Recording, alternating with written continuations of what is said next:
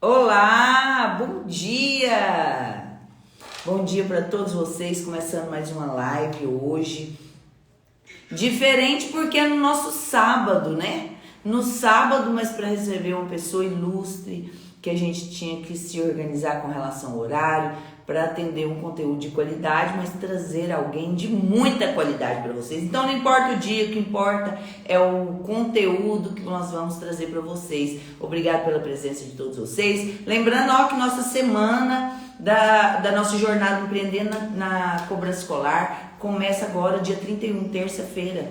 Faltam apenas 2 dias para começar a nossa jornada. Quem não se inscreveu, vai lá na nossa bio, tem um link, se inscreva gratuitamente, vem para as nossas 4 aulas que vão te ensinar esse modelo de negócio.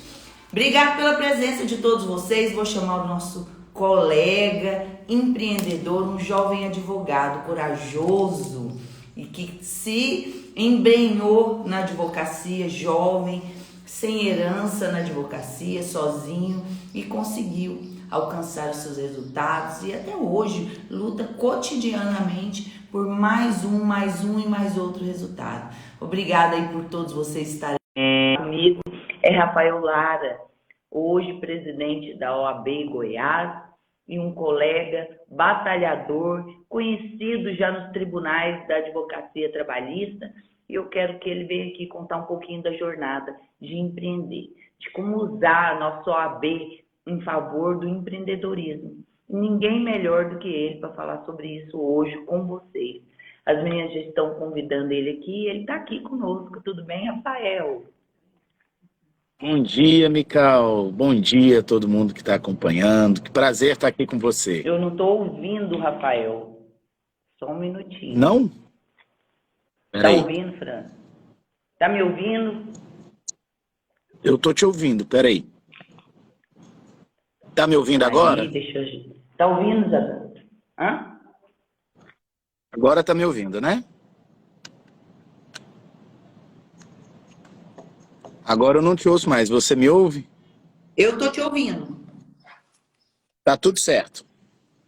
Bom dia. Bom dia novamente, então, né? Desculpa aí pelo inconveniente do áudio. Eu desliguei meu fone aqui, mas quero, antes de tudo, agradecer o convite e dizer que é um prazer muito grande estar aqui para a gente falar sobre advocacia e empreendedorismo. E esse tema vem bagunçando a cabeça dos jovens advogados. Eles saem da universidade com tantos sonhos, com tantos objetivos, e depois que joga o chapéuzinho para cima, fica meio que olhando, e agora, para onde eu vou? Mas antes de falar sobre isso, eu queria um pouco ouvir sua história. Ué, Mical, eu toda vez que alguém me pede para ouvir minha história, aí, principalmente depois da campanha da OAB, que ela ficou muito exposta, né? Eu costumo brincar qual parte dela e sob que perspectiva. Porque uma coisa que eu acho que todos nós temos é uma boa história para contar, né? Acho que a gente sempre tem uma superação, uma história de vitória, de êxito. E eu acredito muito nisso, que todo mundo tem uma perspectiva de história de vitória para contar, e isso contagia. E as pessoas acabam se interessando, e é muito bacana a gente ver isso, quando elas têm uma identificação comigo por causa da história da advocacia e hoje estar na presidência da Ordem. Eu tenho a felicidade, né, de poder ser o presidente da OAB Goiás e o primeiro presidente da OAB Goiás que vem sem uma família tradicional ou de políticos no direito, e começando como a maioria dos colegas começam, do nada e do zero. Eu me lembro que quando eu comecei a advogar, Mical, eu saí da faculdade, estava na faculdade, e as pessoas ficavam ali... Ó, deixa eu só registrar um abraço para o nosso querido Mansur, que é o presidente da OAB, ex-presidente da OAB do Mato Grosso do Sul, atual conselheiro federal, um grande amigo, um grande querido, tem uma história maravilhosa também, tá aí batendo palma pra gente. Mas como eu ia dizendo, quando eu comecei a advogar, foi eu e um colega. Eu e um colega alugamos uma sala, pegamos um dinheiro emprestado, na verdade, porque a gente não tinha dinheiro para nada, e com esse dinheiro emprestado, que a gente pegou, a gente alugou uma salinha ali do lado do fórum, salinha mesmo, muito pequena, 20 metros quadrados mais ou menos, acho que era 16 metros quadrados mais ou menos, para nós dois. E a gente era secretária, a gente fazia o café, a gente servia o café, a gente limpava. Nem aquela pessoa de ir limpar uma vez por semana a gente tinha. Era a gente mesmo que no sábado ia para lá de bermuda e fazia aquela faxina no escritório. E são tempos difíceis quando você está começando na advocacia. As pessoas pensam que não, mas são tempos difíceis. Eu me lembro que era tão assim, quarta-feira em Goiânia, não sei se você lembra, eu nem sei se é assim até hoje, mas quarta-feira no centro de Goiânia o cinema era mais barato, né? Era um dia que o cinema era super barato, quarta-feira à tarde. E aí eu e o meu então sócio, o Daniel, a gente olhava para aquilo na quarta-feira, a gente não tinha nada para fazer, a gente não tinha cliente, a gente não tinha prazo, porque já tinha cumprido tudo, a gente não tinha telefone tocando. Quarta-feira, depois do almoço, a gente olhava um pro outro e falava, vamos pro cinema? Ia pro cinema quarta-feira à tarde, porque não tinha o que fazer ali na advocacia lá no começo. E é a partir dali que a gente começa a trabalhar, a gente começa a fazer acontecer, a partir dali que a vida da advocacia, ela segue em frente, sabe, Mical? E naquele momento é que a gente começa a olhar para aquilo tudo e falar, cara, como é que eu vou virar isso aqui? E eu lembro, Mical, que a gente fez um combinado, eu e o Daniel. O Daniel era muito inteligente, ele é muito inteligente até hoje. O Daniel era um cara, assim, destacado, um dos melhores da turma, assim, sabe? E eu era estudioso também, não tô jogando confete para receber, eu era estudioso também, mas o Daniel era fora do comum, assim, um cara maravilhoso, assim, de preparado. E eu puxava ele para advocacia, porque ele pensava em concurso, né? E eu ficava insistindo ele na advocacia. Eu lembro que eu e o Daniel fizemos um combinado, para ele ir para advocacia. Ele fez um combinado comigo e falou, vamos fazer o seguinte, se em 2 anos a gente não estiver ganhando algum dinheiro, você vem para o concurso comigo. Ou a gente muda. Ou a gente muda de cidade, vai embora de Goiânia trabalhar. Eu falei, bora. E é lógico que 2 anos depois a gente não estava ganhando dinheiro, porque a advocacia não é da noite para o dia, a advocacia é plantio, a advocacia é toda hora, a advocacia é todo dia. Nesse meio do caminho o Daniel saiu, foi fazer concurso, passei por várias outras experiências para tentar fazer a advocacia acontecer. E a grande verdade é que levei uns 6 anos para me estabelecer de fato na advocacia. Mas, e num tempo, Mical, em que empreendedorismo não era a palavra da moda. Não era. Empreendedorismo não era a palavra da moda, empreendedorismo... e aí, só que eu só me descobri, só consegui avançar mesmo quando a gente acaba descobrindo que existe uma organização, uma necessidade de gestão, uma necessidade de coragem, uma necessidade de encarar a advocacia como um negócio e não aquela coisa romântica dos nossos primeiros e grandes advogados que a gente tem na história. Exato. E, Rafael, uma dúvida que existe assim muito grande, sabe? Uma objeção na cabeça de quem começa como que eu posso advogar e captar o cliente sem infringir o estatuto da OAB? Olha, não é difícil a gente não infringir o Estatuto de Ética e Disciplina. E eu percebo que muita gente tem esse pavor, né? Então eu vou começar... eu vou começar explicando um pouquinho e deixando claro uma questão. Eu sou um crítico das limitações ético-disciplinares da ordem, tá? Eu sou um crítico. Nos últimos 3 anos como conselheiro federal, eu fui uma das principais vozes brigando pela flexibilização dessas normas, especialmente a publicidade nas redes sociais, marketing jurídico e etc. E nós tivemos uma alteração que já ajudou muito, muito significativa, e acho sinceramente que poderia ter avançado um pouco mais. Nessa flexibilização de normas éticas disciplinares do marketing digital, do marketing jurídico. Mas não avançamos e ainda estamos vivendo essa mudança. Isso. E apesar de ser um crítico, é importante deixar isso claro, que como presidente da ordem, como uma pessoa de ordem, ex-conselheiro federal, nós temos uma missão de preservar e de aplicar a lei que nós temos, a legislação que nós temos. Então, não é por ser um crítico que a gente não precisa agir, que não precisa tomar iniciativas, que não precisa fazer. A advocacia, ela tem limites. A advocacia...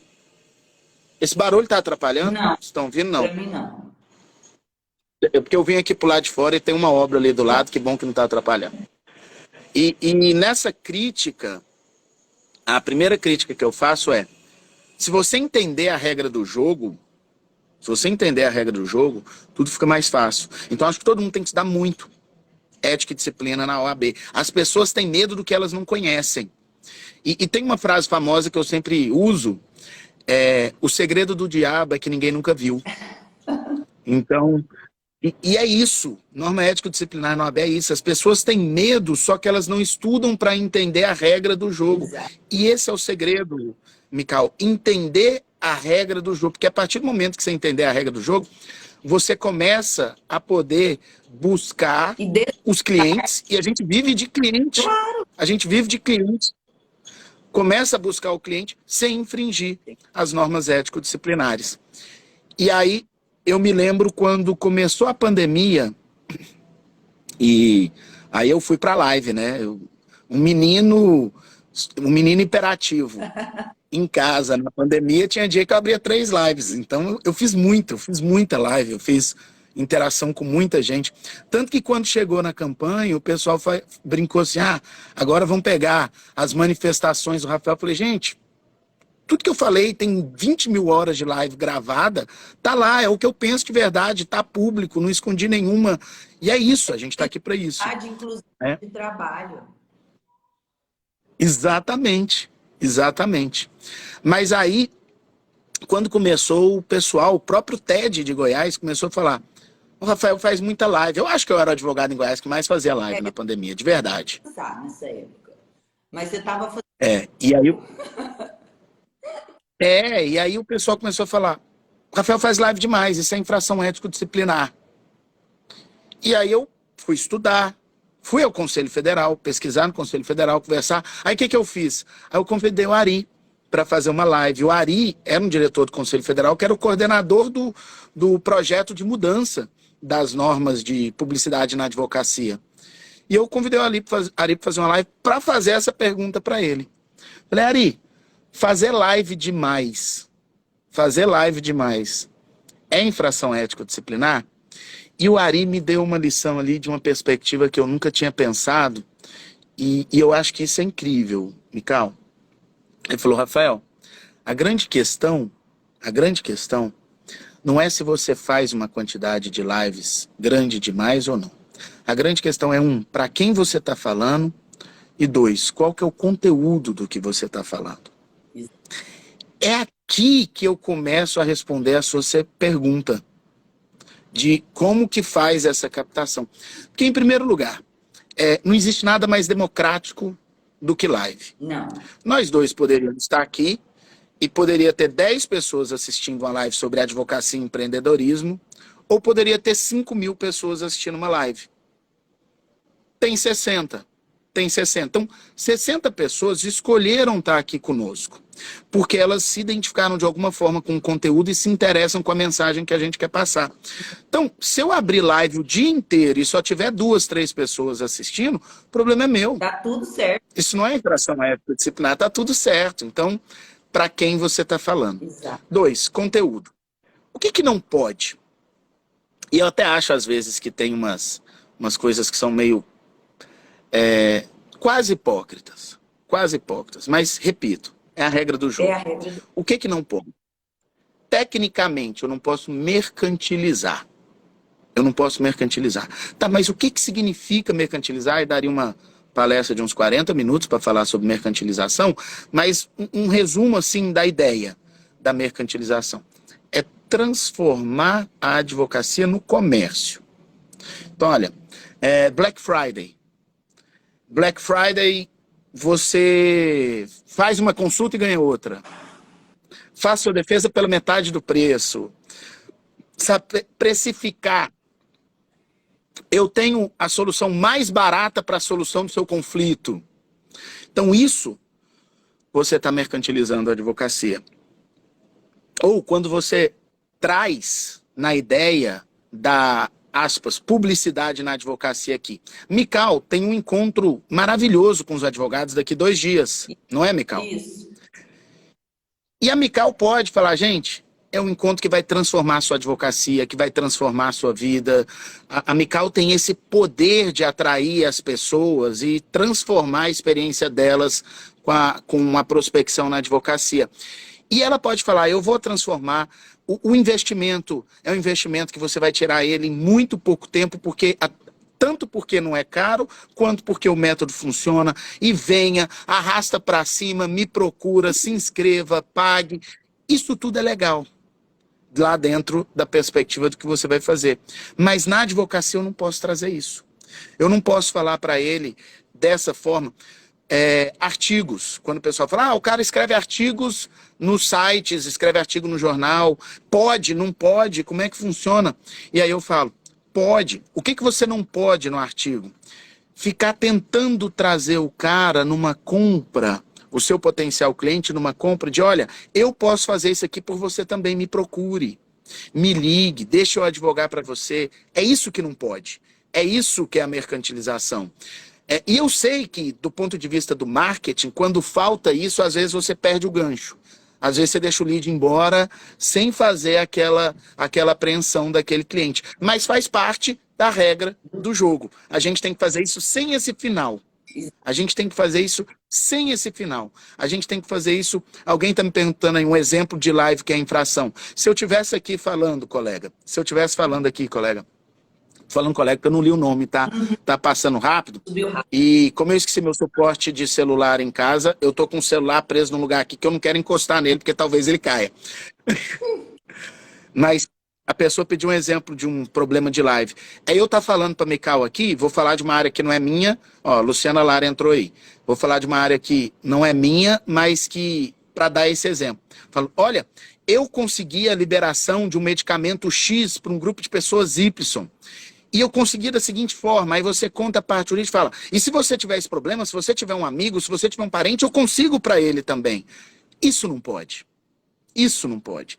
Essa comercialização. Então lá no seu artigo, me procure, deixa o meu telefone, vem cá. Não.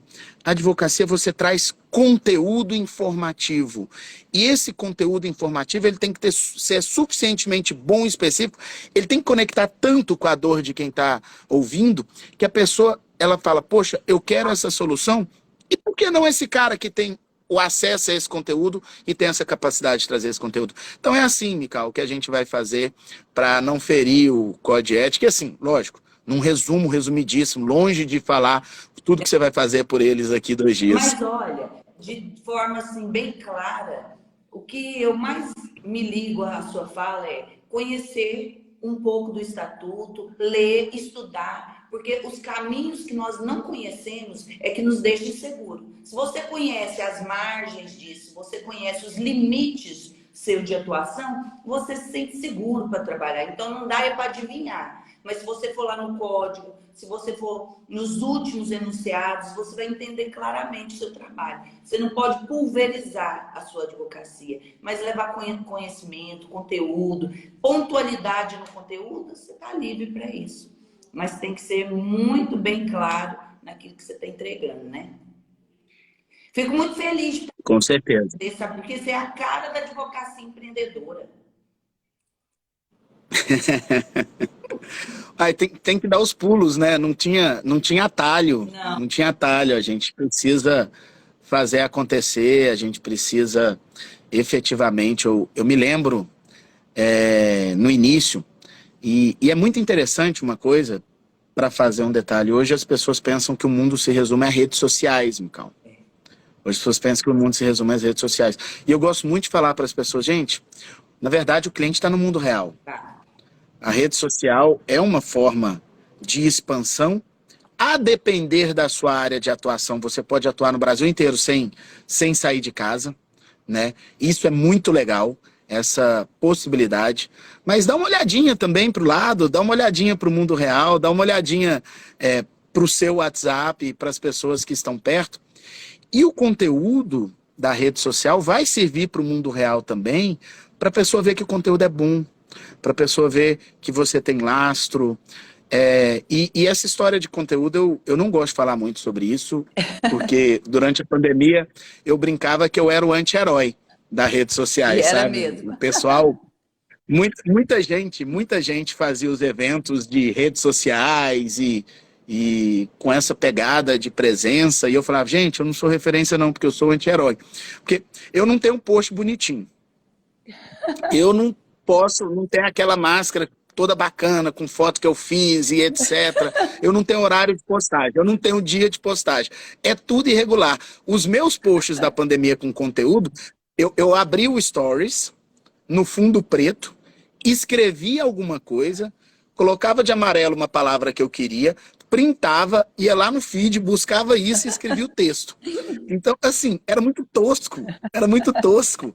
Só que, e aí que vem a mágica, só que eu tinha coragem de falar algo que não estava sedimentado. Exato. E ter coragem de falar alguma coisa que não está sedimentado, ter coragem de dar a cara, ter coragem de ser o primeiro a interpretar, vale ouro, Vale gente. ouro. Vale ouro. Só que você tem que ter conteúdo, profundidade, responsabilidade, avisando que aquilo pode ter uma interpretação diferente. Qual é essa interpretação diferente para não colocar ninguém em fria?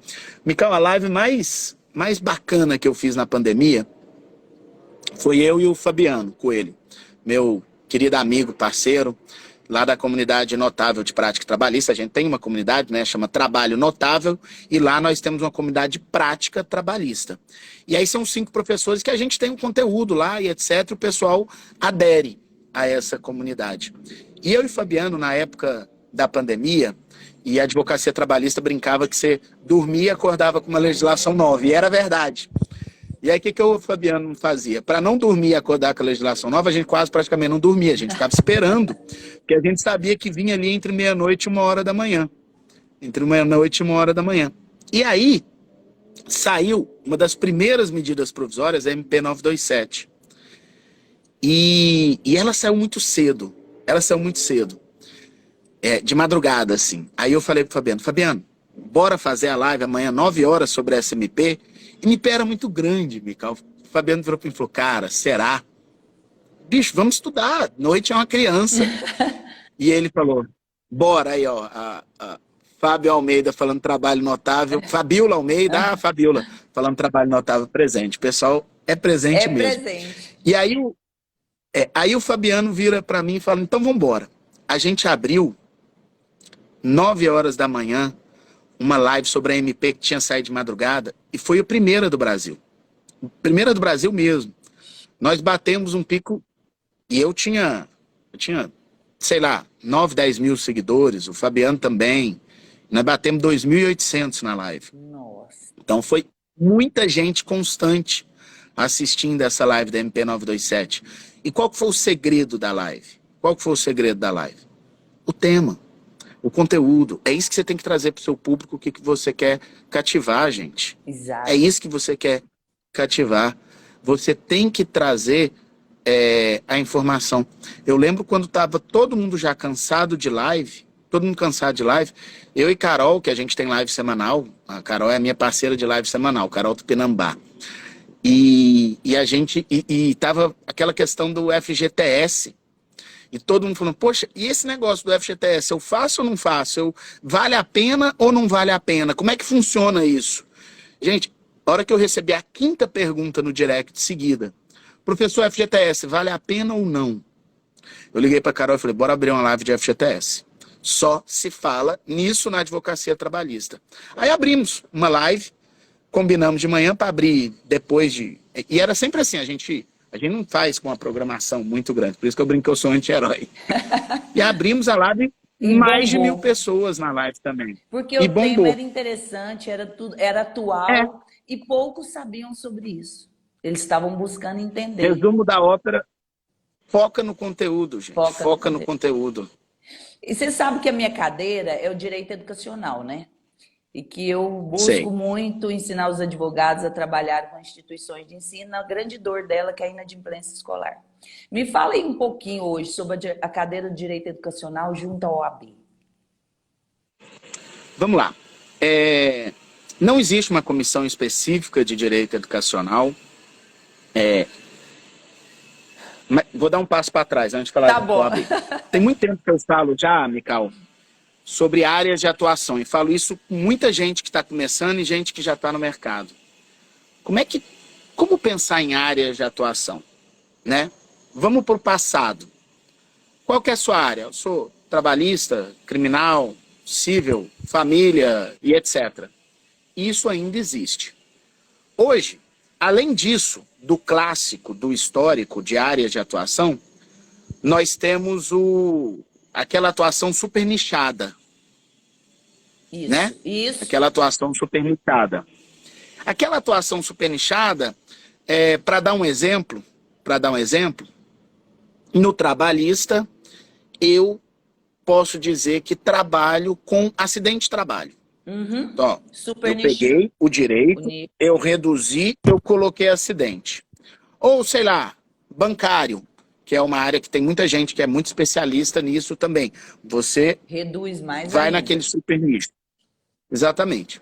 E é importante lembrar, e eu falo isso sempre para os colegas advogados, gente, o fato de você ser nichado ou super nichado não te obriga a fechar as portas para as outras oportunidades Não. que surgirem, Verdade. tá? Não tem problema nenhum. Ah, eu sou advogado super especialista em acidente de trabalho. Isso só significa que a sua comunicação vai ser voltada para o seu super nicho. Exato. Mas não significa que se alguém que não sofreu um acidente de trabalho te procurar, você não possa fazer. Então, assim, presta atenção nisso, né? Uhum, para ter uma visão ampla. Só que tem isso. E tem um outro tipo de especialização que tem sido muito comum e, na verdade, sempre foi, mas isso está agora melhor formatado. Eu costumo dizer que a gente não inventa nada, a gente só aprende a formatar, né? Está melhor formatado hoje. Que é o nicho, não o nicho por área do direito, mas o nicho de especialidade de clientela. E aí você reduz ali o seu super nicho de atuação no tipo de empreendimento, no tipo de atividade empresarial que você vai atuar. Exemplo, antes da gente chegar no educacional. O pessoal fala de advogados de startups. Olha, não existe o direito das startups. Não existe. Assim como não existe o direito educacional. Assim como não existe o direito, sei lá, do agronegócio. Do agronegócio. Nós temos um conjunto de áreas jurídicas que são aplicáveis para aquele tipo de empreendimento e a gente embala isso de uma forma bastante inteligente e útil, não é uma crítica, é inteligente e útil, para voltar para aquilo. Então, o que é um direito de startup? Direito de startup nada mais é direito societário, direito consumidor, direito tributário, direito empresarial, direito civil, direito constitucional, voltado para um tipo de negócio que se autodenomina startup, com uma pegada muito grande de um direito societário com ferramentas muito modernas e uma linguagem específica. Exato. E o segredo do business é a linguagem específica. Você aprender a linguagem. Você saber conversar com o seu cliente na linguagem dele, não na nossa linguagem. Isso é uma crítica que eu faço à advocacia. As pessoas querem empolar a linguagem no trato com o cliente, achando que se o cliente mal estiver entendendo o que você está falando, que ele vai ficar impressionado, falando, nossa, aquele advogado sabe demais. E é o contrário, é você que tem que aprender a linguagem do cliente. Verdade. Então, indo agora para o direito educacional, foi sua pergunta, e que eu ousei dizer que não existe enquanto ramo do direito. Específico mas do o que direito. é o direito educacional? Isso, mas o que é? Eu vou até, se me permitir, mudar o termo. Advocacia educacional. Advocacia educacional. Essa advocacia educacional, ela envolve muito direito processual civil, direito consumidor, Empresarial. direito tributário, direito trabalhista, direito empresarial, Contratos. tá? Envolve isso tudo, coloca num pacote muito específico e volta para lá.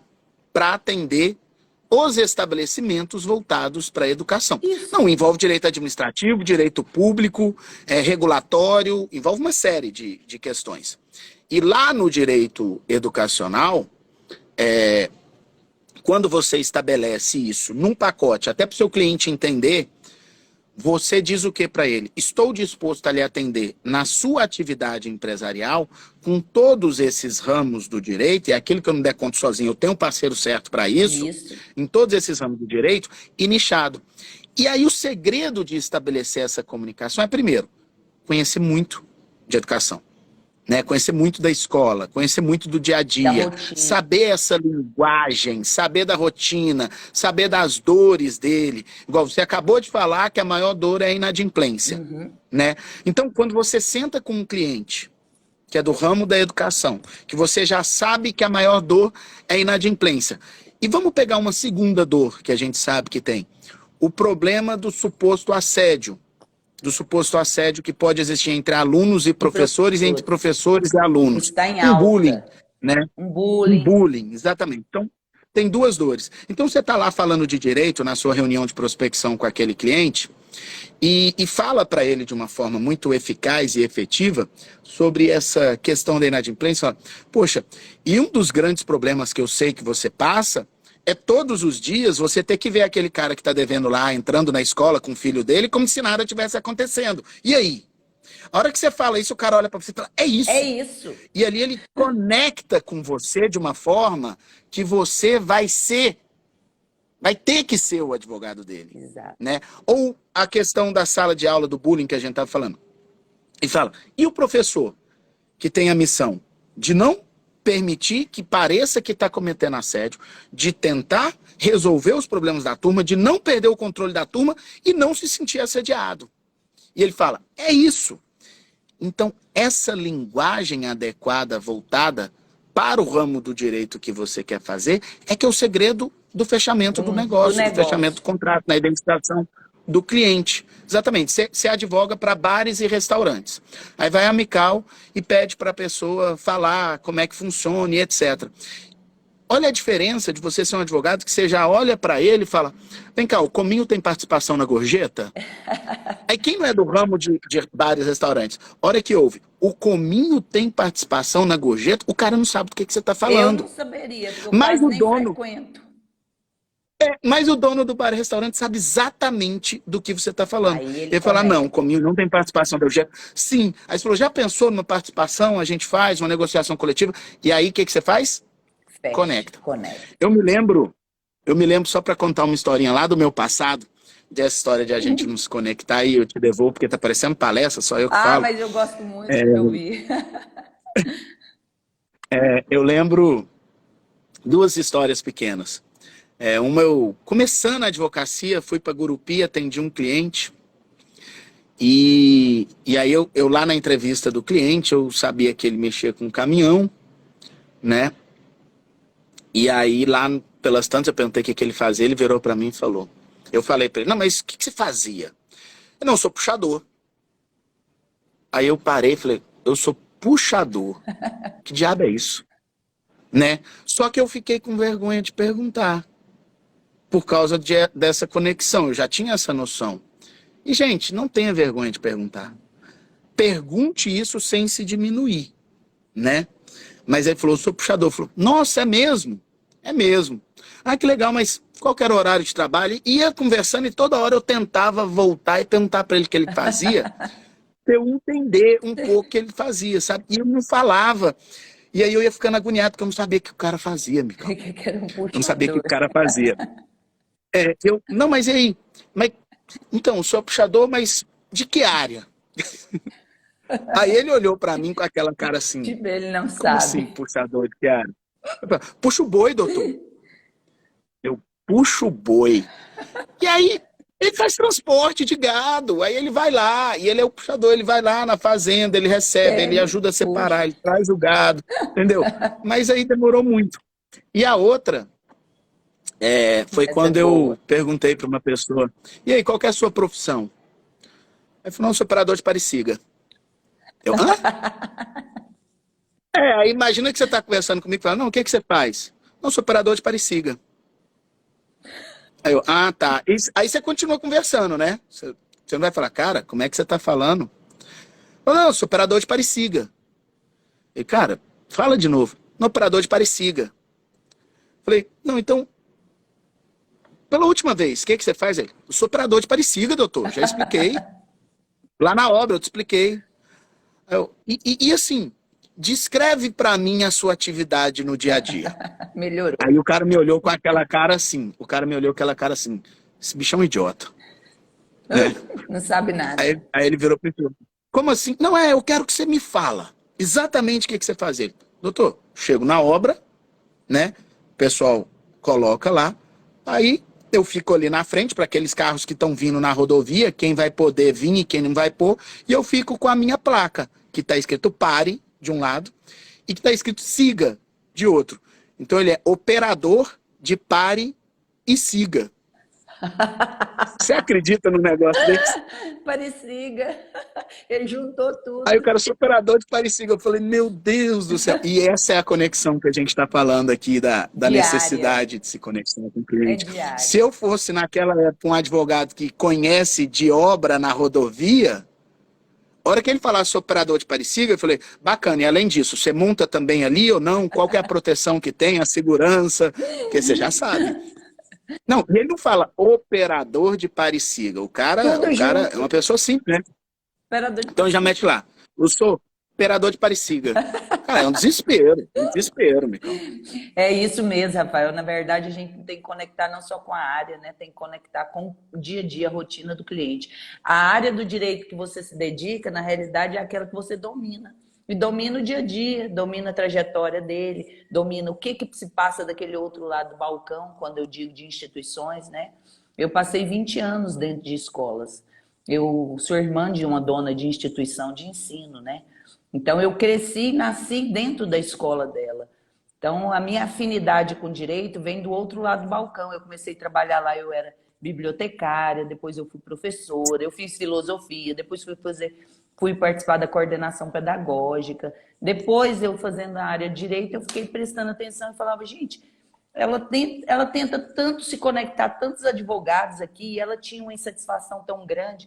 E eu falava, por que ela não se sente preenchida pelo trabalho do advogado? Por que ela não se sente representada pelo advogado? O que está faltando o advogado entender? E como ela era uma pessoa próxima, eu entendi o que o advogado não conseguia se conectar com ela, como você mesmo disse. Com as dores da instituição, com a rotina da instituição. Foi quando eu montei o trabalho. Micão, eu falo muito isso. Só um minutinho que acabou de chegar aqui, toda animada, a estrela maior das minhas lives, que tem muito tempo que não aparece, então vou mostrar para vocês aí. Que lindo. A Lua! A Lua! A Lua chegou, essa pequenininha. Veio aqui toda empolgada de lá, por isso que eu assustei correndo, aí subiu aqui do meu lado. Eu sempre falo para quem está começando, quando você vai pensar numa área de atuação, eu falo o seguinte, exatamente isso que você falou, não ignore sua história. Não ignore sua história. Verdade. Não ignore aquilo que você já conhece. Não ignore aquilo que você já sabe. Não ignore sua experiência de vida. Poxa, se você viveu na escola, se você tem uma irmã que é dona de escola, você tem toda a oportunidade do mundo de aprender a ter essa conexão com a advocacia escolar, com a advocacia educacional. Verdade. Então, assim, a gente não pode ignorar. Olha, vou dar um exemplo. Um exemplo real. Acho que todo mundo que é aqui de Goiás e muita gente no Brasil inteiro conhece Jacó Coelho. Sim. O Jacó Coelho é um dos grandes advogados do estado de Goiás. O escritório dele está entre os maiores do estado de Goiás, um advogado de muito sucesso, uma história muito bonita, bonita mesmo, história de muita perseverança e etc. De superações e a gigantes. especialidade, hoje o escritório de Jacó é um escritório multidisciplinar, assim como o meu, mas a especialidade do Jacó histórica sempre foi direito securitário. Uhum. E ele começou a advogar para tudo quanto é seguradora. Mas por quê? Ele era corretor de seguros. Então ele sabia, inclusive, o que os proprietários pretendiam, qual que era a linguagem, como é que era. É o exemplo maior dessa identificação. Exato. Né? Então ele sai da corretagem de seguros para vir para a advocacia. Então quando você fala da sua conexão, com o direito educacional, esse direito educacional, ele passa a ser uma coisa tão natural para você que isso atrai. Agora, tem estratégias, né? Tem estratégias. Vai ter uma assembleia do sindicato das escolas para discutir a pauta dos professores ou dos do direito de uso de imagem, trabalhadores de estabelecimento. Poxa, você não vai com seu cliente nessa reunião, né? Toda oportunidade que seu cliente fosse reunir com outros proprietários de estabelecimento, acompanhe o seu cliente, independente se está previsto no seu contrato ou não. Exatamente, conhecer outros profissionais, fazer isso. As pessoas, elas ficam achando que fazer advocacia é ficar dentro do escritório. Não, o network é fortíssimo, né, Rafael? Onde menos acontece a advocacia é dentro do escritório. Isso, Rafael, é onde menos acontece. Verdade. Nós temos que sair dessas paredes da advocacia tradicional de achar que é só montar uma cadeira, sentar e que todo mundo vai vir. Concordo plenamente. Nós temos que embrenhar na área que nós trabalhamos, entrar para dentro das instituições, seja para a área trabalhista, seja para os colegas que trabalham na área, e se envolver. Porque assim você consegue criar novas relações, e essas relações abrem portas para você. E eu quero te fazer uma pergunta agora, que era que eu estava deixando por último, hein, Rafael? Que medo. Que medo. O que você acredita que o advogado hoje precisa para ele ter sucesso na área da advocacia e não abandonar esses 5 anos do direito tão suados, né? E às vezes tão sofrido para tirar sua OAB, e olha para lá e fala, eu não vou conseguir ter sucesso. O que você acha que ele precisa repensar? Mical, não existe receita de bolo, né? Não existe receita de bolo. Acho que cada um vai identificar. Não adianta a pessoa chegar aqui e falar, eu vou fazer exatamente o que a Mical fez para me tornar um advogado educacional. Eu vou fazer exatamente o que o Rafael Lara fez. Eu vou fazer exatamente o que o Jacó fez. Ou qualquer pessoa. Cada um vai se identificar. Cada um vai se identificar, tá? Com a sua área, com a sua forma, com aquilo que ele tem de melhor, né? E nós temos características pessoais. Tá muito na moda a gente falar em soft skills, né? E cada um tem que identificar dentro das soft skills aquilo que a gente tem de melhor, tá? E aquilo que nós temos para ser melhorado. E aí eu quero dar um exemplo aqui. A minha vida inteira eu joguei handball. Durante o colégio, durante a faculdade, joguei campeonato brasileiro, joguei na seleção goiana de handball. Sempre fui um apaixonado por handball.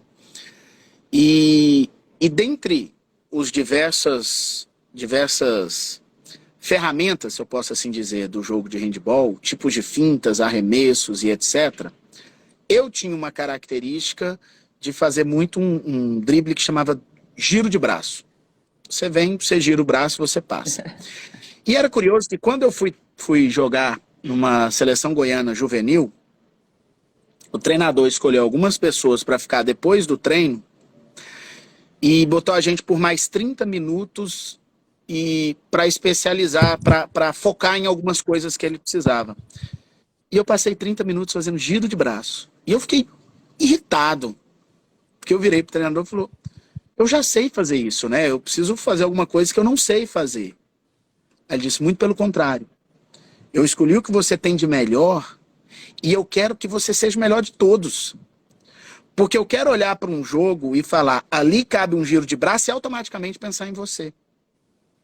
E às vezes a gente fica buscando tanto entender e aprender habilidades que a gente não tem, que a gente ignora as que a gente tem. Exato. E que a gente deixa de aprofundar nas que a gente tem. Então a gente não pode ignorar, a gente ficar muito bom naquilo que a gente realmente é. Exato. Agora, o segredo para não desistir.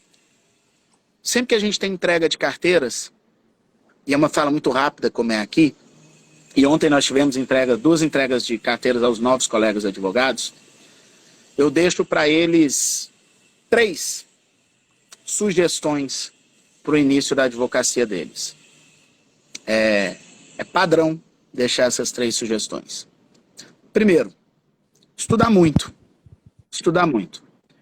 E parece piegas falar em estudar muito, né? Todo mundo, tem que estudar, tem que estudar. Mas Gente, não tem outro jeito.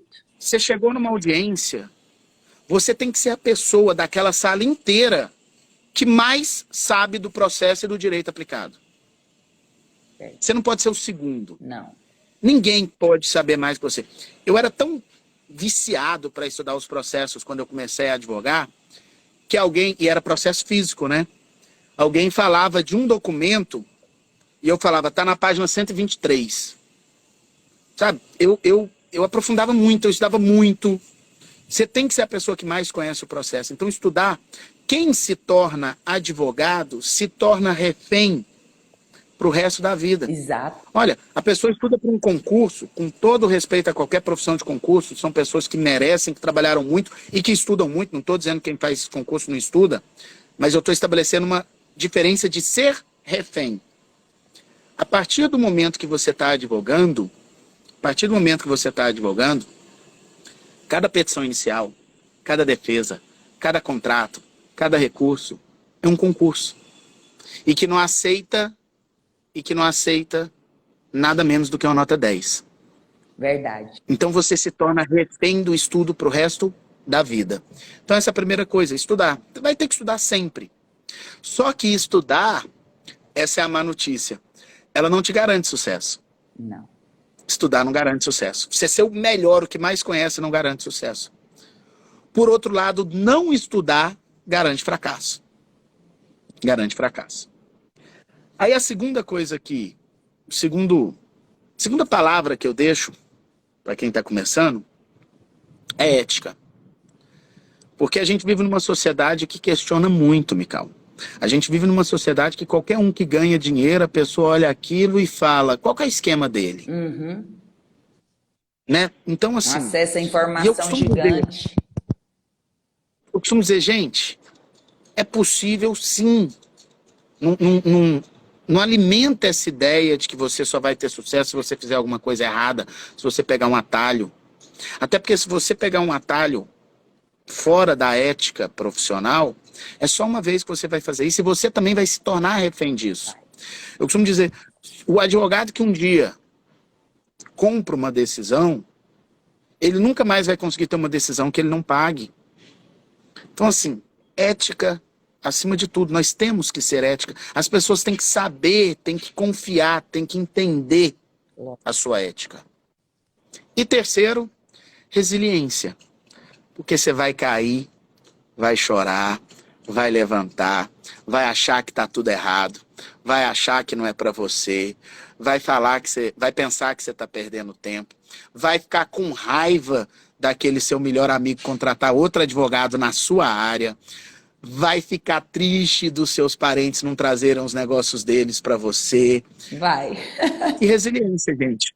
E tudo que eu falei aqui foi coisas que eu senti e vivi no início da minha advocacia. Então, assim... E que vivemos. Resiliência. E que vivemos até hoje. Não muda, porque até hoje temos que estudar, até hoje nós temos que ser muito éticos. Hoje, mais ainda, quanto mais maturidade profissional, mais ética ainda. E até hoje, nós temos que ter resiliência mais do que nunca, Rafael. Tem, mas hoje é mais fácil, Mical. Hoje é mais fácil. Quem está começando é muito mais difícil. Verdade. Sabe? Porque assim, poxa, você estuda 5 anos, aí depois você estuda pra caramba para fazer um exame de ordem que é difícil, e aí de repente você tá remando, e olha a conta corrente, o trem não vira. Exato. Existe, sabe, Existe. uma sensação de frustração muito grande. A resiliência precisa ser imensa nesse sentido, né, Rafael? E é a capacidade nossa de se reinventar, ela não pode parar. Você pega tudo isso, e eu adorei a frase que você disse, estudar não te garante nada, mas não estudar te garante fracasso. Essa aí foi uma frase que eu vou guardar ela para mim, tá? Eu vou tomar... E acredito muito nela. Ela é intensa, ela é muito verdadeira, porque Não existe receita de bolo, mas estudar é a única fórmula que a gente tem certeza que faz parte desse bolo. Não tem como tirar o estudo disso. No mais, eu quero te agradecer sua presença, de ter tirado seu tempo aí pra gente, estar participando da nossa live. Daqui a alguns dias nós já estamos num evento, só faltam 2 dias para o nosso evento, começando a nossa jornada empreendendo na cobrança escolar. E depois no nosso evento ao vivo, e eu espero você em todos eles, viu? Obrigado, Mical. Tô toda hora olhando para cá. Eu te falei que a Lua chegou aqui, né? A Lua Mas tomou meu olha, lugar. A olha, Lua acabou de roubar mas meu lugar. olha que folgada. Olha que folgada. Não, a Lua não tá, não tem cabimento isso, não. Rafael do céu. Até fecha o olho. Fecha o olho e dorme. Tipo assim, quem tá me atrapalhando? Quem me incomoda? Mical, obrigado, meu bem. Obrigado, Rafael. bom te ver. Bom trabalho. Um abraço para todo mundo que acompanhou. Obrigado pelo carinho de vocês. Boa sorte aí no seu evento de empreendendo aí na advocacia, na cobrança escolar. E em breve aí, daqui um mês mais ou menos, com uns 15 dias, nós temos aquele outro evento que eu quero ver se eu passo. Eu também. Apareço lá. Obrigada, Rafael. Precisando de mim, eu estou aí à disposição. Até a próxima, tá? Tchau para você e tchau para a Lua. Até mais. Obrigada, gente, pela participação de todos vocês. Ficaram aí até o final comigo e com o Rafael. Um carinho, nos ouvir, nos compreender nesse contexto diferentes, ele na área trabalhista, mas com a visão da advocacia gigantesca, muito maior do que de todos nós, tendo ele hoje um trabalho voltado para os advogados. Então, ninguém melhor do que ele para estar aqui explanando e com tanta transparência, com tanta didática, com tanta clareza, que eu acho que acrescenta na nossa vida profissional e muito. Enquanto a gente puder trazer pessoas que acrescentam, que agregam, esse é o nosso objetivo. E a área do direito, ela não é uma só.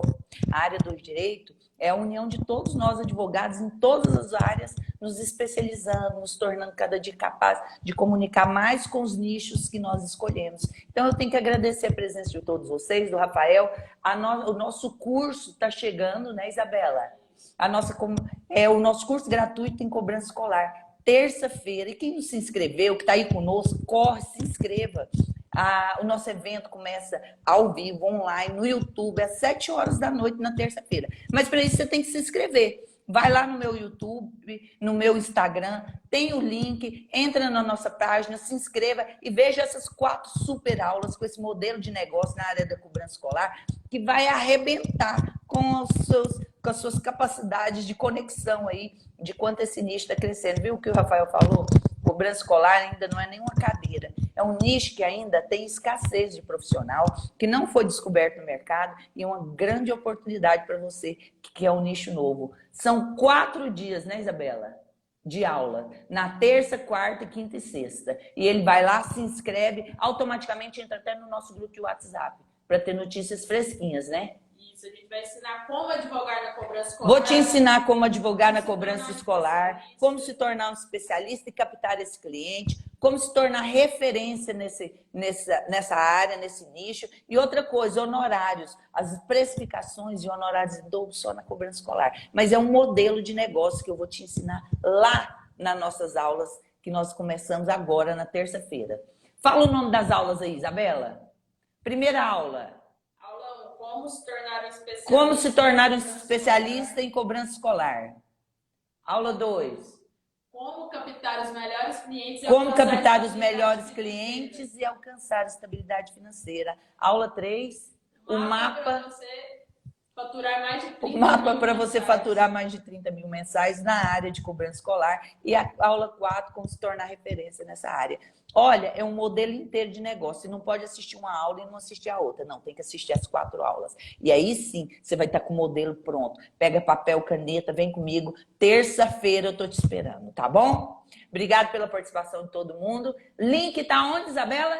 Na bio. Corre para lá. E não esquece de se inscrever no nosso canal do YouTube e Instagram, tá bom? Beijo para todos vocês. Obrigado pela participação. Até a próxima.